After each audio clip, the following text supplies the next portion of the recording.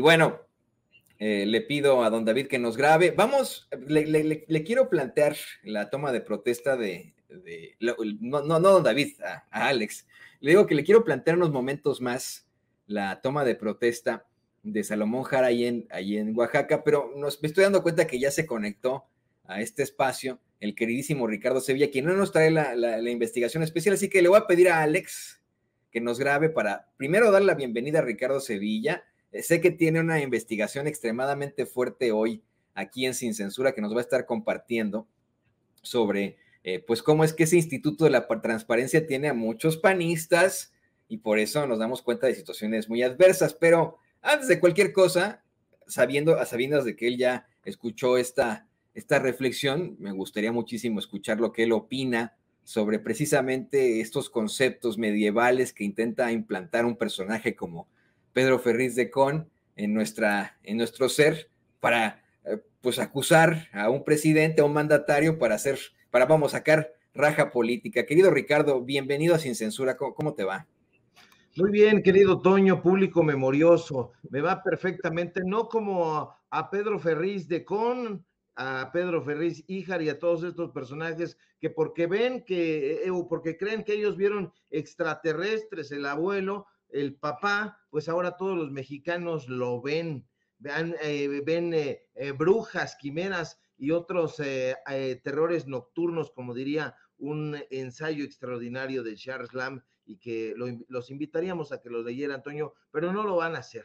No lo van a hacer porque son personajes absolutamente retrógradas, tosudos e ignorantes, y que nos perdone el público memorioso los epítetos oprobiosos, pero estos críticos de la derecha son absolutamente recalcitrantes, y bien harían antes de esgrimir estas espadas lacerantes en contra de la Cuarta Transformación, estudiar un poquito, pero diría el clásico popular, querido Toño, así son ellos. Y se entiende porque cuando vemos que sus referentes más altos son Enrique Krause, un ingeniero cuyas empresas prosperaron durante los sexenios del PAN, y Héctor Aguilar Camín, un empresario cultural que también hizo florecer sus negocios, una revista chafa y una editorial mediocre durante los últimos sexenios priistas, nos vamos a dar cuenta de que ahí se dan la mano justamente el PRI y el PAN y construyen esta cosa horripilante, este engendro que se llama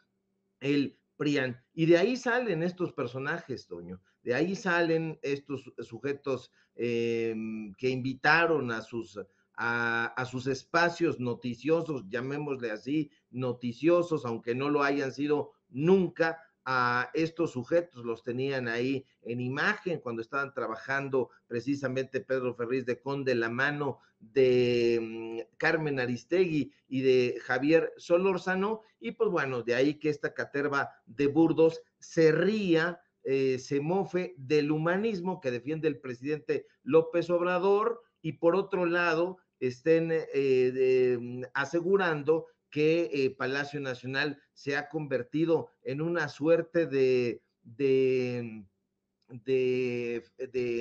aquelarre donde quién sabe quién estaría participando, pero esto es lo que piensa la derecha ignorante y derrotada en todos los planos, querido Toño, en lo intelectual, en lo político, y para ellos no significa absolutamente nada el humanismo mexicano, contrario a lo que ellos creen, contrario a lo que ellos aseguran. Pues la nigromancia no tiene nada que ver absolutamente pues con el humanismo mexicano que ha estado defendiendo el presidente López Obrador.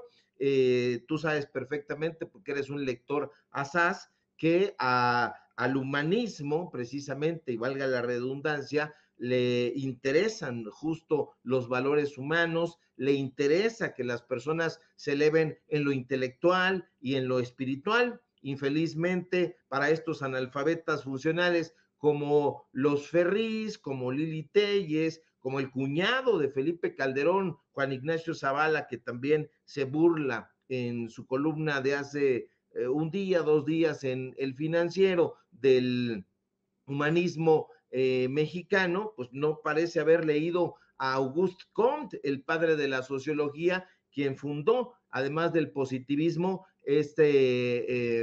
pues esto que él denominó la religión de la humanidad. Pero pues estos safios analistas de la derecha acusan a López Obrador de tener una visión mesiánica y tropicalizada de la política, pero estos desorientados desconocen absolutamente que, al revés de lo que piensan, el humanismo es una filosofía de vida y al mismo tiempo una visión del mundo que envuelve la razón humana, el naturalismo metafísico, la moralidad altruista, la justicia distributiva, y contra las ocurrencias de estos bobalicones como Krause, como Aguilar Camín, sus tótems, pues esta teoría refuta las afirmaciones sobrenaturales, la pseudociencia, la superstición y desde luego perdóname el exabrupto, Toño, pues esta pendejada de que se hace brujería en Palacio Nacional. O sea, es una grasejada que se derrumba desde sus cimientos, porque sus cimientos son absolutamente pantanosos, son mentecatos, Toño, acostumbrados a salir al paso con ocurrencias, con grasejadas, y pues bueno, deberíamos de estar hablando del humanismo mexicano, de José Vasconcelos, de Samuel Ramos, etcétera, pero pues estos personajes no le entran en esos temas porque son básicos, porque son elementales, y solamente con estos dardos pestíferos, ahora brujeriles, intentan lacerar al presidente López Obrador, pero ya lo vimos, él mismo los exhibe en la conferencia mañanera y se ríe, ¿no? Porque esto es lo que merecen, Toño, solamente la risa estentórea de la gente, y eso es lo que está haciendo, eso es lo que están cosechando estos personajes, que de pasar de ser los referentes en diferentes momentos de la política neoliberal, pues ahora se hayan convertido en unos personajes bufos que no atinan a cómo llevar audiencia. Y además, bueno, el único nigromante en lo liberal, pues fue nada más y nada menos que Ignacio Paulino Ramírez Calzada, el nigromante, que pues, también era periodista y que utilizaba ese seudónimo para escribir sus columnas. Fíjate que ahorita me encontré una frase del nigromante muy interesante. Nunca hay nada excesivo cuando se trata de servir bien a su país. Jale, jale. Así, bueno, él era uno de esos grandes pensadores de aquel entonces y como siempre, bueno, se ha querido relacionar a todo lo liberal con lo malvado. De hecho, le voy a pedir a Alex que nos grabe, antes de que vayamos con tu investigación, para que nos des tu opinión. Le voy a pedir a Alex que nos grabe, Ricardo, porque creo que es la intención absoluta del conservadurismo. Ya deja tú la ultraderecha en estos momentos, ha sido siempre el argumento del conservadurismo, el querer satanizar a todo lo que tenga que ver con lo liberal, ¿no? A los ilustradores también los veían como satanistas, por ejemplo, a Hidalgo lo veían como un verdadero malvado, apóstata, ¿no? También terrible, ¿no? Siempre se buscó generar algún tipo de comparación con lo infernal, a todo lo que tenga que ver con el liberalismo, cuando en la realidad los verdaderos infernales, en medio de una absurda hipocresía, pues son los conservadores, ¿no? Los verdaderos sanguinarios, los nefarios, los malvados, son los conservadores. Ahí tienen, por ejemplo, a uno de los ídolos de los Ferris, Felipe Calderón. No sé qué opinas tú de esto, querido Ricardo. Sí, por supuesto. Tienes toda la razón cuando dices que los conservadores han sido los personajes sanguinarios, y te asiste la verdad, porque desde hace muchísimo tiempo hay que recordar que lo noveló Halfton, por ejemplo, en la letra Escarlata. Diferentes novelistas han hablado precisamente de estas quemas que desde hace muchísimos años, prácticamente desde el medioevo, pasando por los grandes episodios conservadores, los grandes episodios en la historia pacatos, pues quemaban vivos a hombres y mujeres, aduciendo que su pensamiento crítico era simple y sencillamente brujeril. Hay que recordar las expresiones de estos sujetos que han llamado precisamente a lanzar a la pira los libros del presidente López Obrador, son los mismos personajes que con esa mirada recalcitrante están rechazando el humanismo para aducir esta tontería de la brujería.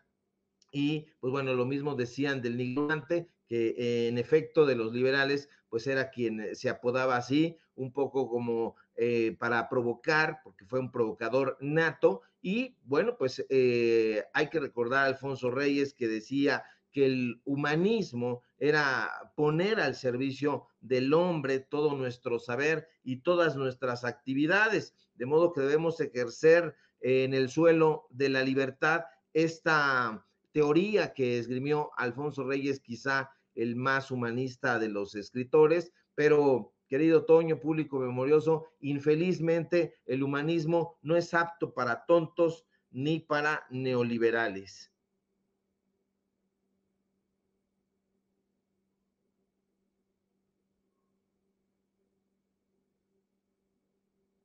Tu audio, Toño. Gracias, querido Ricardo. Yo sí que te voy a acuñar esa frase, que por favor, don David, la escriba para que la podamos poner en oro, porque es verdaderamente importante y vital que nos podamos dar cuenta de esto.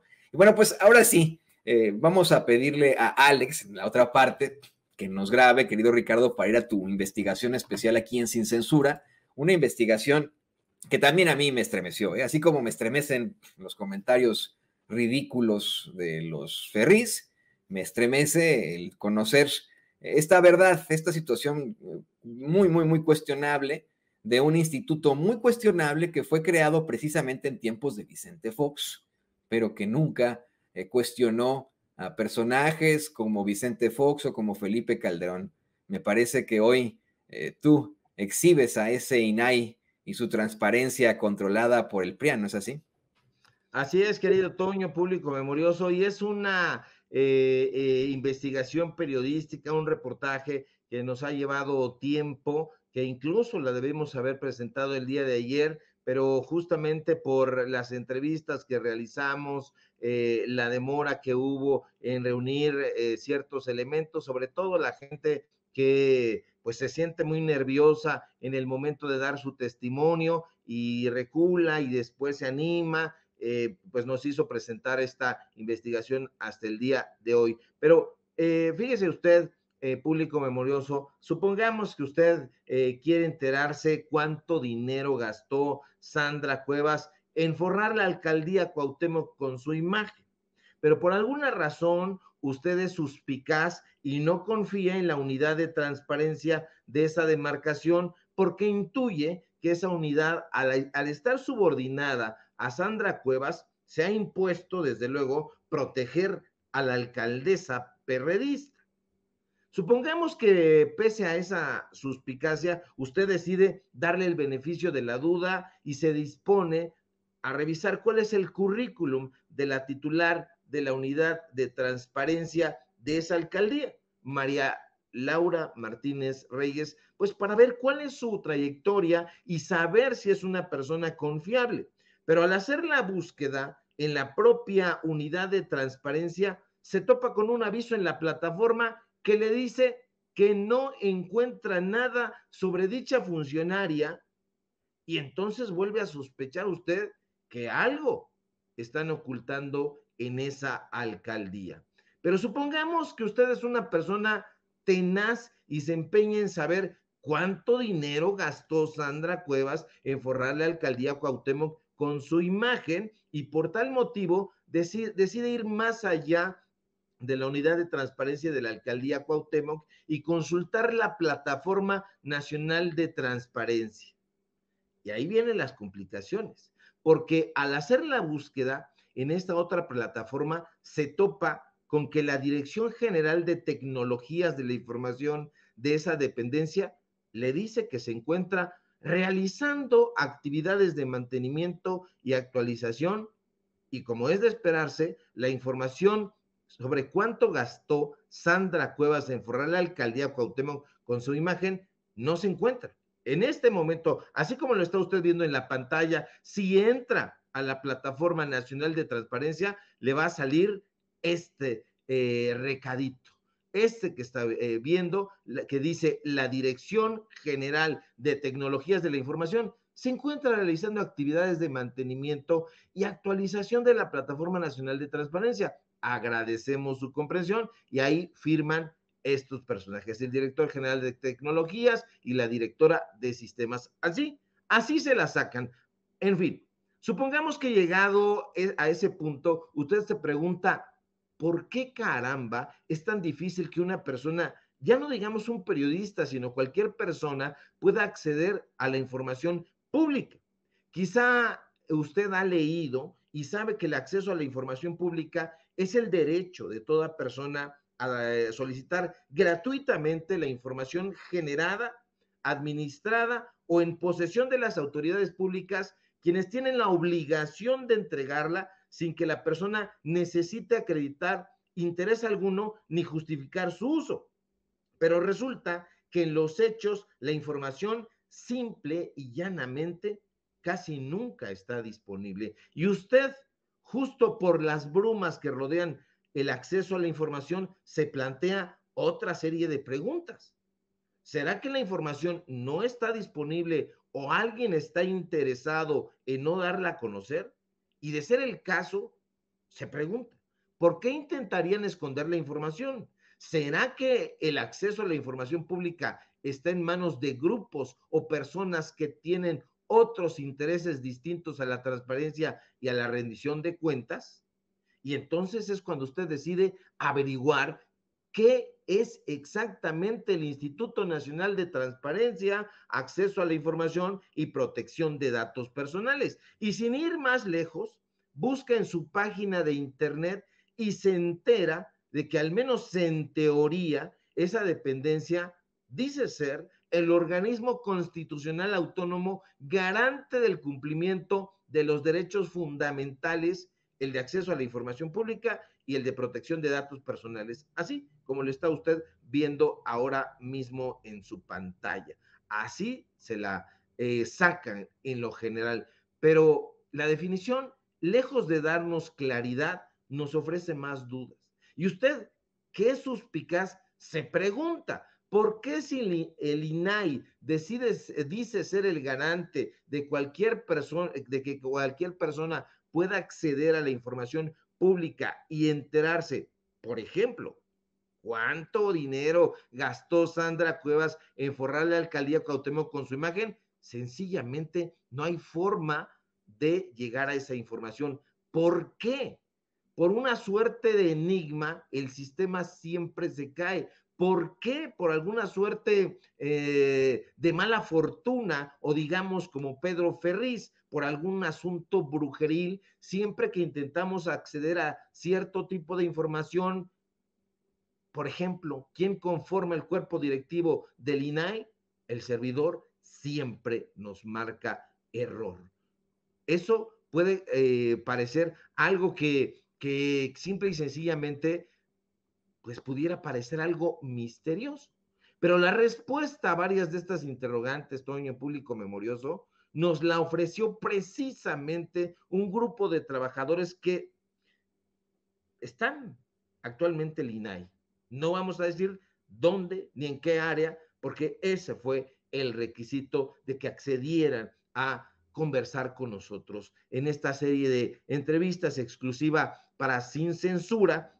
Nos confesaron que están hartos de callar, porque ese supuesto órgano constitucional autónomo, que desde que fue ya constituido, que aunque es cierto esto que mencionas, fue fundado como IFAI en épocas de Fox, fue constituido ya como INAI en mayo de 2014, durante el sexenio de Enrique Peña Nieto, ha estado manejado por la derecha y específicamente por dos partidos políticos, y el PRI y el PAN.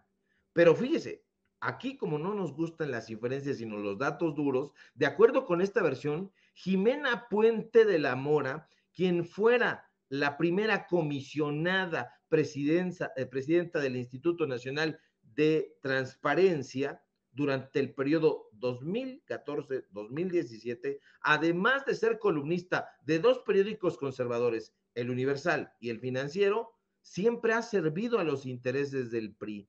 Y al revisar su currículum, en efecto, nos damos cuenta de que Jimena Puente de la Mora, al salir del INAI, se fue a ocupar, como le está usted viendo en este preciso momento en su pantalla, del 1 de septiembre del 2018 al 31 de agosto de 2021, es decir, en el sexenio del PRI de Enrique Peña Nieto, una curul como diputada. ¿Y de qué partido cree usted? No se lo tengo que platicar, lo está viendo del PRI. Ahí está, lo ve. Pero ¿quién cree usted que fue el antecesor de Jimena Puente de la Mora cuando justo fue la transición del IFAI al INAI? Un personaje panista egresado de la Escuela Libre de Derecho, Gerardo Laveaga, quien entre 2013 y 2014 fue comisionado presidente de ese organismo que siempre se ha presumido autónomo. ¿Y sabe usted quién propuso a Gerardo de la Vega? Lo está viendo en su pantalla ahora mismo. Nada más ni nada menos que otro egresado de la Escuela Libre de Derecho, el entonces presidente Felipe Calderón. Ahí está usted viendo el tuit en su momento de gobernación. Propone el presidente Felipe Calderón a Gerardo Laveaga como comisionado del IFAI. Ahora, cabe recordar que Gerardo Felipe Laveaga Rendón siempre fue un acérrimo defensor del calderonismo y de hecho durante su gestión como comisionado del entonces IFAI, votó contra transparentar la masacre de San Fernando y las condonaciones fiscales del Servicio de Administración Tributaria. Laveaga, a quien está usted viendo en su pantalla, y hay a un lado Calderón, desde luego, también defendió a Calderón ante acusaciones de delitos de lesa humanidad en la Corte Internacional de Justicia de la Haya. Pero ahí viene una cosa súper delirante, perdóneme el exabrupto, muy cabrona. Toño, ¿sabes qué? ¿Sabes qué le pareció una buena idea a alguien? Nombrar a Gerardo Laveaga como titular de la Unidad de Transparencia y Enlace con el Sistema Nacional Anticorrupción de la Secretaría de la Función Pública. ¿Pero qué crees, Toño? No fue en el sexenio de Calderón, ni en el sexenio de Peña Nieto, no, en este sexenio, en el sexenio de López Obrador, en la administración de la Cuarta Transformación, Gerardo Laveaga, el calderonista, es el titular de la Unidad de Transparencia y Enlace con el Sistema Nacional Anticorrupción. Lo está usted viendo en este momento. Y Laveaga, de acuerdo con fuentes que accedieron a conversar con nosotros, fue colocado en ese puesto por el titular de la dependencia, Roberto Salcedo Aquino. Y ahí está Gerardo Laveaga, el calderonista recalcitrante, el sujeto que siempre se ha presumido como el tutor del grupo de escritores autodenominado La Generación del Crack, encabezados por Jorge Volpi, ahora tiene en sus manos la decisión de transparentar o no investigaciones contra la corrupción. Pero Laveaga, público memorioso, no es el único personaje de la oposición que está trabajando como una suerte de polizonte en el barco de la Cuarta Transformación. No. La actual comisionada presidenta del Instituto Nacional de Transparencia, Acceso a la Información y Protección de Datos Personales, Blanca Lilia Ibarra, proviene de las filas del expresidente Ernesto Zedillo Ponce de León. Sí, la titular del INAI en este momento y que en los últimos meses ha dicho y subrayado una y otra vez que el perfil técnico y especializado del INAI no es político, nunca lo ha sido, dice ella, pues resulta que fue directora de medios estatales en la presidencia de la República de 1997 a 2000, ¿sí? justo en el sexenio del priista Ernesto Zedillo. La flamante titular del INAI en este momento, que hoy tiene a la Plataforma Nacional de Transparencia sin funcionar, también fue presidenta de la Comisión de Transparencia del Ayuntamiento de Puebla, gobernado por ¿quién cree usted? Por priistas. Agréguele a eso que en diferentes momentos este organismo ha sido presidido por María Marván Laborde, por Alonso Lujambio, por Jacqueline Pechar, y quizá entienda por qué hasta hoy la Ley Federal de Transparencia y Acceso a la Información Pública solo se ha quedado en letra muerta. Y esos son, querido Toño Público Memorioso, los datos duros. Pero no se preocupe, porque yo el día de mañana me comprometo a informarle a usted, independientemente de de que el portal secuestrado por el PRIAN nos pueda o no dar acceso. Yo le voy a presentar a usted cuánto fue lo que se gastó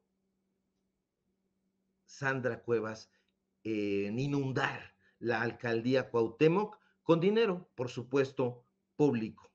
Querido Toño, pues ahí está. Quizá con eso entendamos por qué no hay transparencia y por qué el presidente López Obrador ha estado diciendo que todavía hay recovecos ahí, y yo quisiera saber a quién demonios se le ocurrió colocar en esta administración a Gerardo Laveaga, amigo de Felipe Calderón. Y querido Ricardo, a mí no me queda más que hacer el mismo cuestionamiento que hacía precisamente Enrique Peña Nieto. Y yo por eso les pregunto, y aquí les pregunto a los fachos, ¿quieren más razones para eliminar a este tipo de organismos? Los conservadores necesitan más razones para que no existan estos organismos plagados de sujetos que no llegan a sus puestos de manera imparcial. Se necesitan más argumentos para esto. Mira, creo que la única respuesta que tendremos, querido Ricardo Sevilla, llegará en 2024. Estamos ya a momentos difíciles para reformas constitucionales. No van a llegar. Es una oposición que ha votado en contra de todo lo que huela al presidente López Obrador, y vamos lo vamos a ver difícil, sino hasta 2024. En 2024 vendrán muchísimos senadores, diputados, o tal vez personajes que hayan pertenecido a estos organismos como el INAI, a pedirle su voto a usted que nos ve y que nos escucha.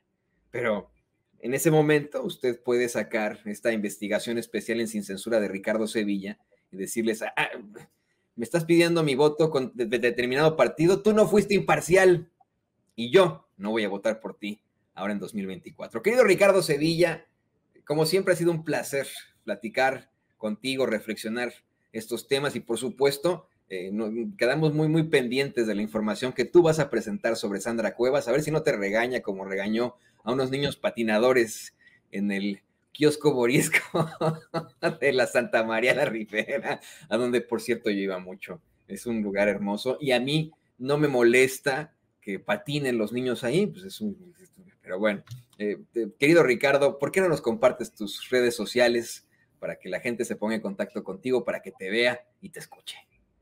Yo no me dejo regañar, querido Toño, y cualquier cosa, pues ahí tú me haces el paro con Sandra Cuevas y la misma gente que nos está acompañando en este trabajo periodístico, en este medio de comunicación libre como el viento. Tenemos el soporte de ellos, y siempre va a estar ahí para auxiliarnos, y por supuesto nunca buscaríamos el enfrentamiento porque no somos esa clase de personajes, pero sí, mañana lo vamos a dar a conocer. Usted no se preocupe que el INAI esté secuestrado por el PRIAN, eso que no le preocupe. Nosotros tenemos maneras de investigar y de dar con esa información. Síganme por favor en mis redes sociales, Público Memorioso, en Twitter, @SevillaCrítico, en Facebook, Ricardo Sevilla, así nada más. Síganme por favor en el portal Paralelo 24, ahí es donde vamos a publicar este reportaje que ahorita les platicamos.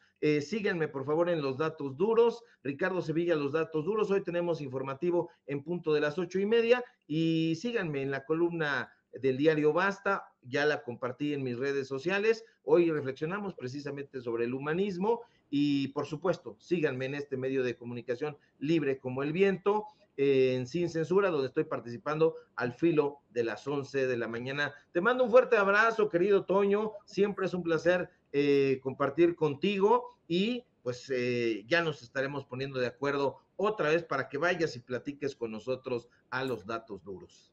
Cuenta conmigo, querido Ricardo. Me muero de ganas por asistir a tus espacios, como siempre, los datos duros, y detallar un poco más sobre este tipo de situaciones. A ver si la próxima vez hablamos de Carl Sagan, ¿no? ¿Qué te parece?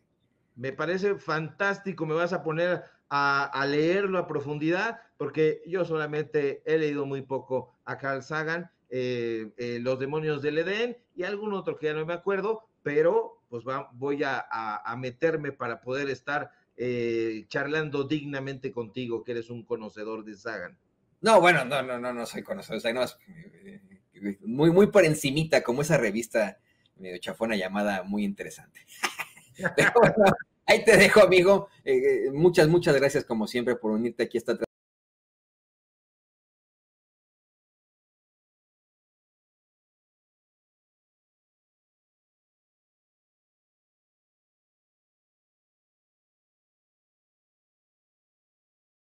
grave, por favor, porque mire, para darle la bienvenida a nuestro siguiente invitado, alguien que nos va a poder dar claridad sobre esto, quiero comentarle que hoy el presidente López Obrador interrumpió su mañanera diciendo que tenía una muy buena noticia. Agradeció al sector obrero y al sector empresarial, pues dijo, ya se llegó a un acuerdo para el aumento del salario mínimo y que pues ya hubo una especie de consenso. De pronto, no sé si los pueda ilustrar simple y sencillamente con esto, don David, se puede, y la ilustración o no, de pronto entraron los miembros de estos dos sectores, del sector empresarial y el sector obrero, así, intempestivamente, la conferencia de prensa mañanera con la secretaria del Trabajo, Luisa María Alcalde, y pues informaron de estas nuevas situaciones verdaderamente importantes para todos, cómo es que a partir de este 1 de enero de 2023, el salario pasa de 172 pesos por día, por 8 horas diarias, a 207 pesos, es decir, un aumento de 1,052 pesos al mes. Yo le soy perfectamente honesto, ante este rezago que enfrentamos los mexicanos desde que Carlos Salinas de Gortari tomó posesión como presidente en cuanto al salario mínimo, considero que esto sigue siendo muy bajo, pero es un inicio. El salario mínimo en realidad ha aumentado de manera exponencial, y por eso quiero dar la bienvenida al queridísimo jurista y constitucionalista, el doctor Isaac de Paz González, que nos puede dar un poco más de claridad sobre esto. Doctor, muy bienvenido a Sin Censura. Muchas gracias, estimado Toño, y a todo el público de Sin Censura. Pues efectivamente hay un incremento salarial, sería el quinto incremento salarial en lo que va del sexenio. Y como bien dijiste, hay un aumento ahora a 202 pesos. En general, en la zona norte, de hecho, el aumento es mayor en la franja de la frontera norte, dada la disparidad económica de las ciudades fronterizas de Estados Unidos con las de México, incrementa a 302 pesos. Y esto rompe también uno de los grandes mitos de los dogmas neoliberales concerniente a que no se podía aumentar el salario porque aumentaba la inflación, aumentaba los costos de producción. Es decir, en la época en que gobernó el PRI y el PAN, nos dejaron con un salario de 88 pesos. En el 2018 era el salario mínimo.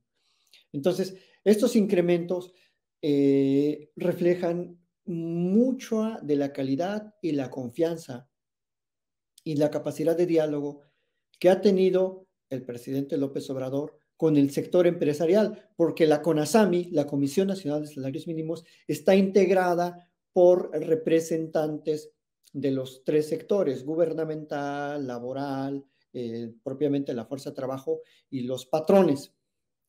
Eso quiere decir que hay una gran capacidad política para llegar a acuerdos que beneficien principalmente a los trabajadores. Y fíjate, cómo en 4 años se ha logrado lo que no se hizo en 40 años de neoliberalismo, en 40 años de gobiernos que estuvieron mayormente al servicio de los patrones. Entonces, más allá de las cifras, que desde luego es muy importante porque, como bien lo dijo Luisa María, hay un beneficio directo en el bolsillo de la clase trabajadora en México, alcanza para más. Y por lo menos ese incremento sostenido en pandemia, ojo, en pandemia, que no se nos olvide que vivimos en medio de una pandemia, pues refleja que también hay mucha productividad. Y como lo dijo el representante del sector laboral, en México la mano de obra es una muy buena mano de obra, es calificada. En México somos pues personas de mucho trabajo, de mucho empuje y se nos tiene confianza en todos los sectores, público, privado, para llevar a cabo pues las actividades laborales. Entonces, esto es algo que no se, digamos, no se presume mucho, pero creo que es uno de los mayores logros de este gobierno, aunado a que no solo hay un incremento directo, sino que hay una serie de reformas laborales que van a beneficiar y están beneficiando a la clase trabajadora, Toño. Eso te diría de arranque. Y creo, doctor, que esta es la pregunta obligada. Le voy a pedir a Alex que nos grabe con esto. Lo que te decía desde un principio, doctor, de cómo es que debido a estos 40 años de rezago en los que no creció ese salario mínimo, México se encuentra en los países que tienen uno de los peores salarios mínimos en todo el mundo. El salario mínimo de México es muchísimo menor que el de Guatemala, El Salvador y China, por ejemplo, ¿no? Un lugar una gran nación, por cierto, pero a la que siempre se le ha atribuido la mano de obra barata.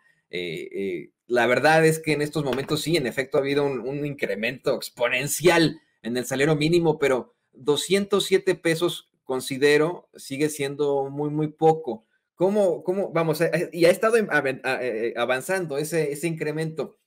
¿Cómo se podría lograr en algún momento llegar a un salario verdaderamente competitivo? Yo no sé quién pueda vivir al día con 207 pesos, ¿no? O sea, que insisto, es una situación propositiva y positiva, ¿no? En definitiva, pero sigue siendo muy bajo y no estoy diciendo que esto se deba a alguna política del presidente López Obrador, todo lo contrario, él es el que está dejando, pues vamos, las bases para que este salario incremente en algún momento.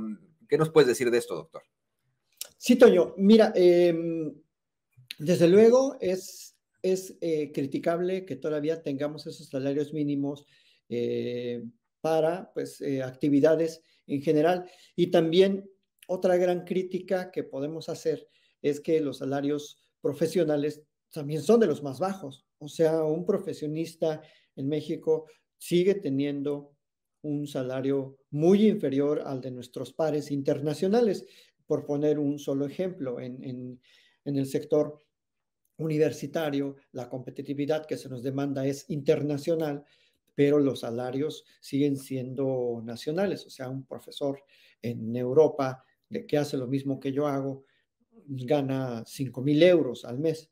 Y aquí, aquí al mes no llegamos a ganar ni los 2,000 euros, ¿no? Si podemos hacer una comparación así.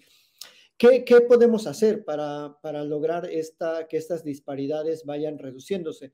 Bueno, de entrada, seguir manteniendo esta política, sobre todo de disciplina económica, de no endeudarnos, de seguir incrementando la recaudación, de fomentar que no haya exención de impuestos. O sea, todas esas actividades y acciones que ha llevado a cabo el presidente le dan una confianza al sector productivo que incrementa la productividad y eso puede ir gradualmente incrementando el nivel de ingreso de salario mínimo. No se puede hacer así por decreto de que hoy para mañana haya un 100% de aumento. Creo que en estos 4 años ha sido muy positivo ese incremento gradual, sostenido y sobre todo con unanimidad, es decir, con la plena confianza y la plena voluntad de todos los sectores involucrados, porque eso también es muy importante, Toño. No podemos pasar de un modelo, digamos, de salarios muy bajos a un modelo muy alto sin tener el apoyo y el respaldo del sector empresarial. Creo que es muy importante que se haya logrado este diálogo, este consenso, y si seguimos avanzando así, yo me atrevo a decir que en unos 5 años más o 6, podremos tener salarios cada vez más actualizados, en cuanto a las necesidades que tenemos como familias, como personas en lo individual y también como sociedad. Creo que se han dado los pasos adecuados y que si nos mantenemos en esta ruta, podemos en menos de una década ir mejorando el ingreso de las familias en México. Porque si te das cuenta, algo que dijo Luisa María y el presidente es que México ha logrado pasó que estábamos en el lugar número 80 de salarios, ya estamos ahora en los lugares 50. Es decir, estamos avanzando hacia ese grupo de países que tratan de mantener un salario equitativo y proporcional de acuerdo a las necesidades económicas, a las necesidades de vivienda, a las necesidades de vestido, de educación y, ¿por qué no decirlo?, también de esparcimiento. Porque hoy por hoy, como tú dijiste, pues 202 pesos alcanzará a lo mejor para medio comer o mal comer, pero pues no alcanza para el mexicano, todavía no puede darse el lujo de unas vacaciones, la clase trabajadora o de tener acceso a actividades culturales. Entonces, creo que estamos en una buena ruta, sobre todo teniendo en cuenta que en 40 años no se había hecho nada. O sea, era un dogma, le aumentaban 3, 4 pesos al año, es una verdadera, pues... No, ridiculez. Era una mentada de madre, ¿no? A los trabajadores. 3 pesos cada año, 4 pesos. Y ya se sacaban ahí la foto, ¿no? Peña Nieto con la CONASAM y tenían todo bien arreglado para que nunca la clase trabajadora pasara de vivir y todavía hay muchos sectores en los que la explotación laboral es el pan de cada día. Así que esa parte de la Secretaría del Trabajo, las actividades de fiscalización que lleva a cabo la Secretaría del Trabajo junto con el IMSS y junto con el SAT, quizás son el gran pendiente que dejaría, me atrevo a decir, esta administración, ¿no? De cómo también fiscalizar que esas empresas paguen salarios dignos y que no solo se tomen la foto, sino que de verdad en todas sus fábricas que están por allá, lejos de los núcleos urbanos, de verdad pues respondan a una política de cumplimiento con los derechos laborales, Tony. En definitiva, doctor, yo también estoy esperanzado en que poco a poco con estas bases podamos llegar a un salario competitivo, un salario justo, esa es la palabra, ¿no? Justo para todos los mexicanos. Y te quiero agradecer como siempre que nos acompañes aquí en Sin Censura, que nos des claridad de este tipo de temas. Por favor, compártenos tus redes sociales para que la gente se ponga en contacto contigo. Claro que sí, Toño, muchas gracias. Y bueno, pues me pueden seguir en @IsaacDePaz, es mi Twitter. Muchísimas gracias y saludos a Ceci y a todo el equipazo de Sin Censura, don David, a Vicente, y bueno, pues aquí seguimos, porque todos somos Sin Censura. Muchas gracias. Todos somos Sin Censura, bien dicho, doctor. Ahí lo tiene usted, al doctor Isaac de Paz, gran constitucionalista, gran jurista. Amigos, amigas, regresamos en breve, pero mientras seguimos hablando sin pelos en la lengua, sin censura, usted puede suscribirse a nuestros 3 principales canales en YouTube. Sin Censura Media, en donde tenemos más de 1,600,000 suscriptores, Sin Censura TV, en donde tenemos más de 1 millón de suscriptores, y en Sin Censura Presenta, en donde queremos llegar muy pronto a los 100,000 suscriptores. Si usted ya está inscrito en Sin Censura Media, suscríbase en Sin Censura TV. Si ya está suscrito en Sin Censura TV y Sin Censura Media, suscríbase a Sin Censura Presenta. Recuerde que es gratis, no tiene que sacar un solo centavo de su bolsillo para apoyarnos. Dele clic en la campanita para que los señores y señoras de YouTube envíen las notificaciones cuando estemos transmitiendo en vivo y en directo o estemos subiendo videos. También nos puede seguir en Twitter en @Vicente Serrano y hasta en Instagram. Ojo, también estamos en Instagram. Son nuestras redes sociales y con el apoyo de ustedes seguimos creciendo, porque con ustedes todo, sin ustedes nada.